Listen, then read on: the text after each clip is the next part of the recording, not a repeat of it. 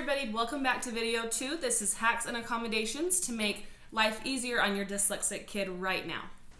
All right, and with that, I will turn it over to Barbara. Thanks, Britt. Hey, welcome back everyone, and thanks for watching. So in this video, we're going to talk about helping your struggling reader by using their strengths to help them store and recall words, to quickly improve their reading and spelling, and to help eliminate those letter reversals. So the problem is they aren't seeing and retaining words the way that typical readers do. They work hard for lower test scores and what feels like failure because they're below reading, which carries over into their other subjects like science and history. Now, teachers and good parents always want to see them at the same level as their age group, but they just don't feel like that's possible. I know with my son, he was super brilliant. This is an old picture when he was little, so it's a little bit fuzzy, but we could tell at a young age that he was very good at working with his hands and figuring out like three-dimensional things, how to fit things together to solve problems or to make things work. He was super smart at that. But when it came time for school, he really struggled, and not at first, like when the words were super short, like cat and mom. It was about third grade. This is when the words are getting longer and they're in whole paragraphs. And this is when they no longer are learning to read, but they're reading to learn. And so it became a problem for him. But we knew he was super smart. It's just the words weren't going in and being recalled like they should be. He would have to send out the same word over and over again, even if he just learned it on the page before. And he missed the tiny words a lot, like it and is. We tried everything we could find at the time online and took him into centers, and none of it really helped. They all focused on like drilling phonics and syllable structure, and those helped a little. But he would get sick and nauseous just looking at a book page. And this went on for years until we studied the difference in the dyslexic brain and found some real interventions. So first, we're just going to talk about some hacks to make a difference right away and get their self-confidence up. So first of all, letter reversals can just sometimes be helped with a simple chart taped across the top of their desk. They usually get this in first grade, but not always in the grades after that. And this really does help. It might not always help if they have a visual processing problem, but it usually does help them have some improvement in their letter reversals. I like this one because it has pictures on it and it's kind of cute and fun, and the letters are spread apart good. It usually comes in a pack of 30, and you can just donate the whole pack to the class. They're pretty inexpensive, and that way your child's not the only one with this chart on their desk.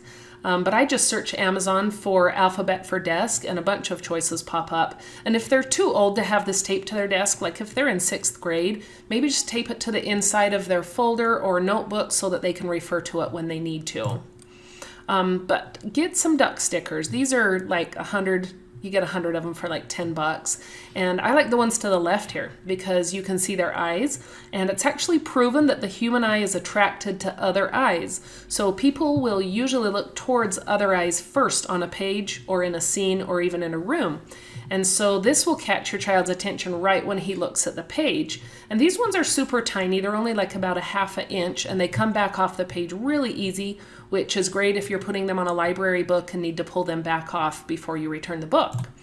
But what you're going to use these stickers for, you're going to put a sticker on the top left-hand side of each page that they'll be reading or writing or working with. And this does two things.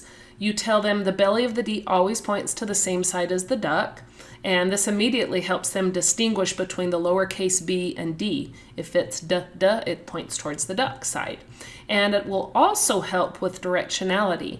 So dyslexic readers often have a visual processing problem with what is called directionality, which means their brain takes in the images from right to left. Now, this is a problem with the English language because our language is written from left to right.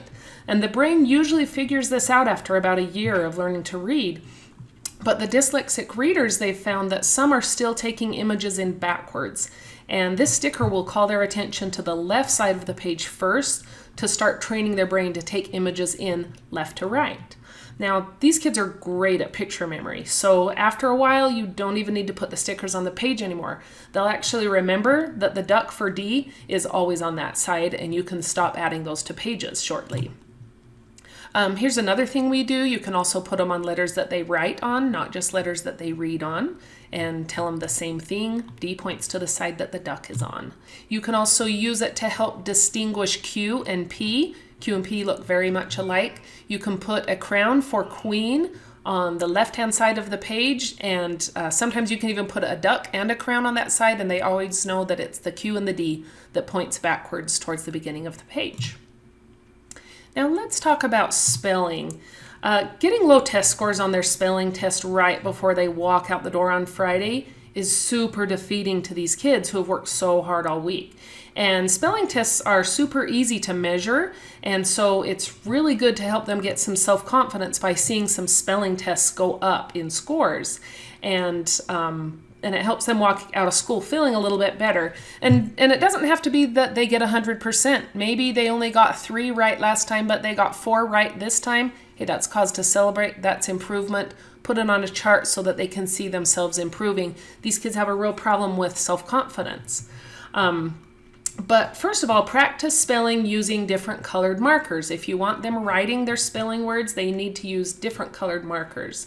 So what I do, I use one common color for whatever word family they're doing. So for example, in this one, they're working on ing this week. And so you'll use one color to trigger that ing memory in them for all of the ings in their spelling words, and then they can use whatever color they want on the other letters. Here's another tip. Make silent E always one color to help trigger their memory across all of their spelling tests. Like you can always say silent E is black and no other letter is. And that will help trigger that visual memory and help them stop dropping those E's on the end. But if your child's shy about being different from his other classmates, just explain it's not anything to be ashamed of. They can tell their friends that they learn differently and use markers and stickers to learn better. And their classmates might even think it's cool and try it too. I also like to use capital letters because B and D look different when they're capitals, but not so different when they're lowercase b and D. So you can talk to the teacher about the reason why it's important they write in capital letters. And if the teacher understands, they'll usually allow it and be cool with it. But the key here is to help them start to see some success getting things right, because when their self-confidence falls, then they fail because they believe that they will. And of course, same with P and Q, much different as capital letters. And DIS readers struggle with letters that are too similar, like the slight variations of B, D, P, and Q, lowercase, are very hard for them to distinguish when they're reading or writing. And FYI, we do have a video training that's 6 hours long about dyslexia that gives you a lot more information like this and some more of the information you'll be getting on the next video as well. But it goes deeper and gives a lot more accommodations and hacks and things like that. So be sure to check that out if you guys want to learn more after you're finished with these videos. Another tip, like I mentioned before, these kids do not retain pictures of two-dimensional squiggly and straight lines of letters and words on a white page very well. Their word form area, also known as the letter box at the back part of their left side of their brain, is responsible for storing a complete picture of the word and recalling it subconsciously. And this is underactive or not active in most of these little cuties. So when we write a word and go, oh, wait a minute, that doesn't look right. I think there's supposed to be an A in it right here. We're doing something most dyslexic readers are not capable of, remembering the picture of how the word looks. And they often remember that maybe it had an A in it, but it gets stuck in the wrong spot. But they do retain pictures of items, things, and surroundings much better. They're also great with objects that have dimension. So you may have already noticed that your child's exceptional at making things out of blocks or Legos or things they build with their hands. Anything where they use their hands to create, and we're going to use that to help them. So they're super brilliant kids. So what I like to do is I like to use some unique items to build their spelling words. This will use their strength of pictures and dimension to help them remember the letters and the order of the letters better. So we just go to the dollar store and buy some cheap items. I put consonant blends like TH, SH, CH on the dinos. I did vowel blends that make one sound on the trophy cups and consonant doubles on the ponies. Notice I painted some white out on them first so that the letters would stand out before I wrote on them. And then I also made the individual consonants out of these Lego-y type things and the vowels on dried marshmallows, just so there was a different tactile feel to them. Notice I made the Y I made one of them that goes with the consonants, but I also made one of them that goes with the vowels. That way, if the word uses Y like a consonant, such as ya, then they can use the Lego-y thing. And if it's a Y such as a vowel like the I or E sound, then they can use the marshmallow. And this will help them get that whole Y is sometimes a vowel thing. I make new ones as new spelling words come in, sometimes different ones, and then I keep the old ones to reuse them. I also like to make each type of shape have some variation, like the dinosaurs are all different. It's not always possible, so I try and do the ones that are maybe harder to remember on items that have some variation, like the dinos got the digraphs because I found different species of dinos. And I give each sound of the word its own object. These are called phonemes. Dyslexic kids struggle with hearing all of the sounds in a word, and that's why phonics drill does not help well. There's actually been a study shown that phonics helps, but not as well as it should or not as well as it could. I'll show you a quick example. So phonics practice versus phonemes. Phonics are blends of letters, and sometimes they put them together that make more than one sound, like in the word struck. STR usually goes together in phonics, but it makes 3 distinct sounds, whereas phonemes, each sound gets its own individual object. St, k. It helps them remember every letter and hear every letter in the word better. So we use phonemes. And you don't need to go study these and learn all of them. Basically, there's 44 in the English language, but it's basically just every sound that you hear in a word. Super simple. So in this one, the 2 Z's make one sound, so they're on one item, and the E is silent. So this picture doesn't show it very well, but the E is a different object and from the other vowels, and we have a strike right through the E, and this helps them remember the silent E on the end. It's like no other vowel we have. And here's another example, railway. It uses quite a few letters, but only 5 sounds, so it will use 5 objects. This one uses 3 sounds with a silent E on the end. And this is a 5-letter word with only 3 phonemes or sounds in it. And then, I thought I was on the other slide here, but so this one also uses 3 sounds, but then it has an ing added to the end. Now, ing and ang, they're considered 2 phonemes each, the E sound of the I and then the ng sound of the ng. But my kids did fine with the ing and the angs together just on one object. They caught on to that okay, but it's your kid, so do it how you want. Now it's time we're going to talk about the importance of bringing the information in, using more of the senses than just hearing or sight. Dyslexic kids have some struggles in visual processing and auditory processing. And so we want them to use other senses to bring information in, like their sense of touch and rhythm and muscle memory. So the word building that I already showed you is multisensory. For example, they may remember the feel of the marshmallow and the texture of the dinosaur and make connections that way.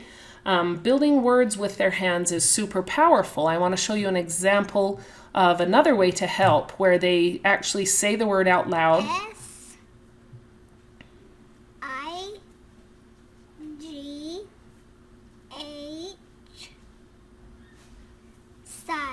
Good job. When you do a H, be sure to start at the top.